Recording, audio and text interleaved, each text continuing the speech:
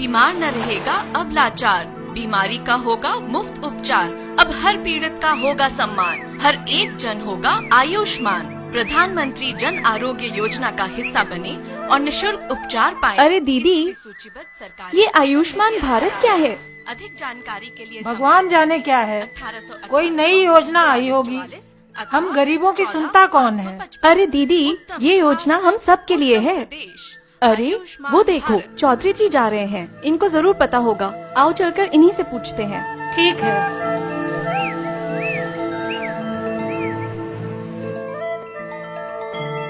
प्रणाम चौधरी जी। अरे तुम दोनों, प्रणाम।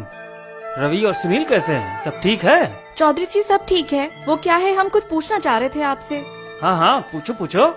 चौधरी जी, आपको आयुष्मान भारत के बारे में पता है क्या? हाँ हाँ, सुनो तो मैंने भी है। प्रधानमंत्री ने स्वास्थ्य योजना शुरू की है हम जैसे गरीब तबके के लिए। ऐसी योजना जिसमें गरीबों का पैसा भी न जाए और अच्छी स्वास्थ्य सुविधा का लाभ भी उठाया जा सके। अरे वाह, ये तो बड़ी अच्छी योजना है। इस योजना का लाभ उठाने के लिए हमें क्या करना होगा? ज्यादा तो मुझे भी नहीं पता।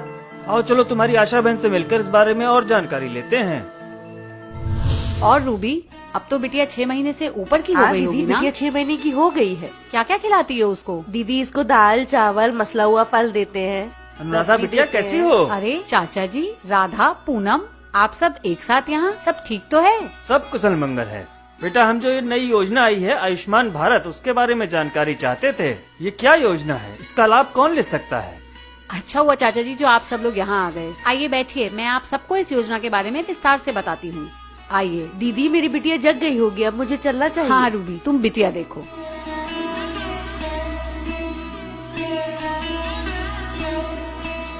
राधा, पूनम, हमारे प्रधानमंत्री जी ने हम सभी गरीबों को ध्यान में रखते हुए एक बहुमूल्य स्वास्थ्य योजना का आरंभ किया है और उसी का नाम है आयुष्मान भारत प्रधानमंत्री जन आरोग्य योजना। इसके अंतर्गत 5 लाख तक की निशुल्क स्वास्थ्य सुविधाएं प्रतिवर्ष प्रत्येक लाभार्थी परिवार को दी जाएंगी। और चाचा जी, पहली बार इस योजना के अंतर्गत गंभीर बीमारियों जैसे कैंसर और हृदय रोग को भी शामिल किया गया है। और तो और पहले से हुई बीमारियों को भी इस योजना के अंतर्गत शामिल किया गया है। 5 लाख दीदी, क्या सच में इतना रुपया मिलेगा? अरे नहीं नहीं पूनम, रुपया नहीं मिलेगा। जैसा कि मैंने बताया, इस योजना के अंतर्गत हर साल प्रत्येक लाभार्थी परिवार को 5 लाख तक की स्वास्थ्य सेवाएं निःशुल्क प्रदान की जाएंगी। सरकार ने गरीबों को ध्यान में रखते हुए ही इस योजना को बनाया है, ताकि किसी गरीब को इलाज के लिए किसी के आगे हाथ ना फैलाना पड़े। इसीलिए इस योजना के अंतर्गत 5 लाख रुपए तक की स्वास्थ्य सेवाएं हर साल किसी भी सूचीबद्ध सरकारी या प्राइवेट अस्पताल में भर्ती होने पर ली जा सकती हैं। दीदी, क्या हम भी इस योजना का लाभ पा सकते हैं? हाँ राधा, यदि तुम्हारा परिवार 2011 के SECC सेंसस में पंजीकृत हुआ था तो तुम सभी इस योजना का लाभ ले सकते हो। दीदी, ये आप क्या बोली? 2011 सेंसस मतलब? SECC डेटा यानी सामाजिक, आर्थिक और जातिगत जनगणना। अगर इस दौरान तुम और तुम्हारा परिवार इस डेटा में पंजीकृत हुए थे तो तुम सभी लोग इस योजना का लाभ उठा सकते हो, परंतु तुम्हें अपने और परिवार के साथ अपना आधार और राशन कार्ड लेकर सत्यापन केंद्र पर जाना होगा। अच्छा दीदी, इसका पंजीकरण कब और कहाँ करा सकते हैं?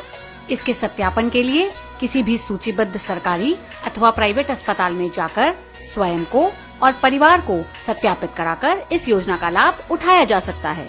सभी शहरों और गाँवों में स्थित जन सुविधा केंद्रों पर भी लाभार्थी को स्वयं को सत्यापित कराने की सुविधा उपलब्ध है। इसके अलावा हर सूचीबद्ध सरकारी और प्राइवेट अस्पताल में आरोग्य मित्र भी तैनात किए गए हैं, जो तुम्हारी सरकारी आईडी देखकर तुम्हारा सत्यापन करेंगे। सरकारी आईडी मतलब? सरकारी आईडी का मतलब आपका आधार, वोटर आईडी, मनरेगा कार्ड और इन सब के साथ राशन कार्ड, जो कि परिवार के सदस्यों की पुष्टि करेगा। अरे बाप रे, मेरे पास तो सिर्फ वोटर आईडी है, क्या मुझे इसका लाभ नहीं मिलेगा? अरे नहीं नहीं पूनम, अगर तुम्हारा नाम SECC डेटा में पंजीकृत है और तुम्हारे पास कोई भी सरकारी आईडी है तो तुम्हें इस योजना का लाभ मिलेगा। पर हाँ, आधार बनवा जरूर लो, ये बहुत हद तक तुम्हारी प्रक्रिया को आसान कर देगा। अच्छा दीदी, ये बताओ, क्या इसमें केवल पति पत्नी ही लाभार्थी हो सकते हैं?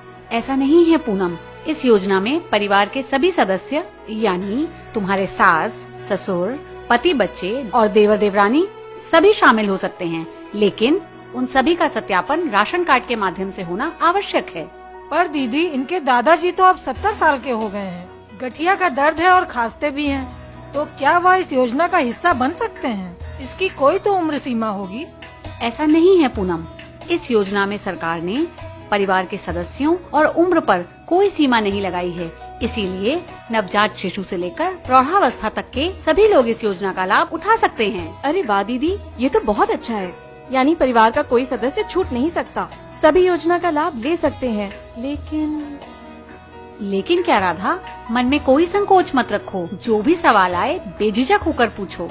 वो दीदी, मेरी देवरानी के पिछले साल ही लड़का हुआ है, तो उसका नाम SECC में होगा नहीं, तो क्या वो इस योजना का लाभ नहीं पाएगा? ऐसा नहीं है राधा, सरकार ने इन सभी बातों का ख्याल रखा है और जरूरत के हिसाब से ही योजना को बनाया है। यदि 2011 की जनगणना के बाद परिवार में कोई नई बहू शादी करके आई है या बच्चे का जन्म हुआ है, तो विवाह प्रमाण पत्र और जन्म प्रमाण पत्र दिखाकर उन दोनों को भी इस योजना में शामिल किया जाएगा। अरे वाह दीदी, ये तो बड़ी अच्छी योजना है। तो दीदी क्या मेरा भाई भी मेरे परिवार में शामिल हो सकता है?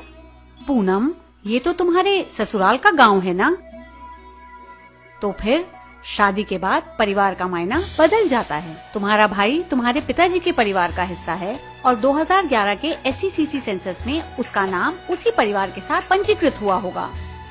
नमस्कार चौधरी जी। नमस्कार। नमस्कार आशा बहन। आइए आप वेंकट लोग भैया। यहाँ बैठ के क्या कर रहे हैं? हम सब यहाँ पे आयुष्मान भारत प्रधानमंत्री जन आरोग्य योजना के बारे में जानकारी लेने आए हैं, जिसमें 5 लाख रुपए तक की स्वास्थ्य सेवाएं हम सब गरीबों को मिलेंगी। 5 लाख तक सुविधा? तो क्या मैं भी ये योजना पे शामिल हो सकता हूँ? नहीं वेंकट, तुम तो उत्तर प्रदेश के नहीं हो। तुम्हारा नाम यहाँ की 2011 की जनगणना में नहीं होगा। तुम तो यहाँ पर काम करते हो, ये तुम्हारा जन्म स्थान नहीं है। चाचा ये तो ठीक बात नहीं है। अरे नहीं वेंकट भाई, आप भी इस योजना में सम्मिलित हो सकते हैं। पर कैसे दीदी, मैं तो यहाँ का नहीं हूँ। वेंकट, तुम्हारे राज्य में 2011 में हुए SECC जनगणना में यदि तुम्हारा नाम सम्मिलित है, तो तुम भी इस योजना में सम्मिलित होकर इसका लाभ उठा सकते हो। तुम भी किसी भी सूचीबद्ध सरकारी अथवा प्राइवेट अस्पताल में जाकर बिना एक भी पैसा खर्च किए निःशुल्क स्वास्थ्य सेवाओं का लाभ ले सकते हो। यह योजना केवल उत्तर प्रदेश में ही नहीं बल्कि पूरे भारत में लागू है। दीदी उसको कैसा पता चलेगा कि मैं ये प्रदेश का नहीं हूँ और मेरा परिवार उस कागज पे है या नहीं?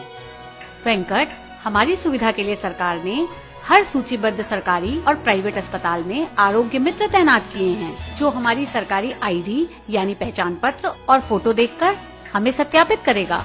सत्यापन हो जाने के बाद आप किसी भी सूचीबद्ध सरकारी या प्राइवेट अस्पताल में भर्ती होकर निःशुल्क स्वास्थ्य सेवाओं का लाभ उठा सकते हैं। अरे वाह दीदी, ये तो बड़ी अच्छी बात है। मैं मेरे दोस्त स्वामी का भी मेरी जगह इलाज करवा सकता हूँ। नहीं वेंकट, सत्यापन का अर्थ है जिसका आधार और राशन कार्ड है और उस राशन कार्ड के अंतर्गत परिवार के जितने सदस्यों का नाम है, आरोग्य मित्र उनका सरकारी ID और फोटो देखकर केवल उन्हीं का सत्यापन करेंगे और इस योजना का लाभ उस कार्ड के अंतर्गत इतने ही सदस्य उठा पाएंगे।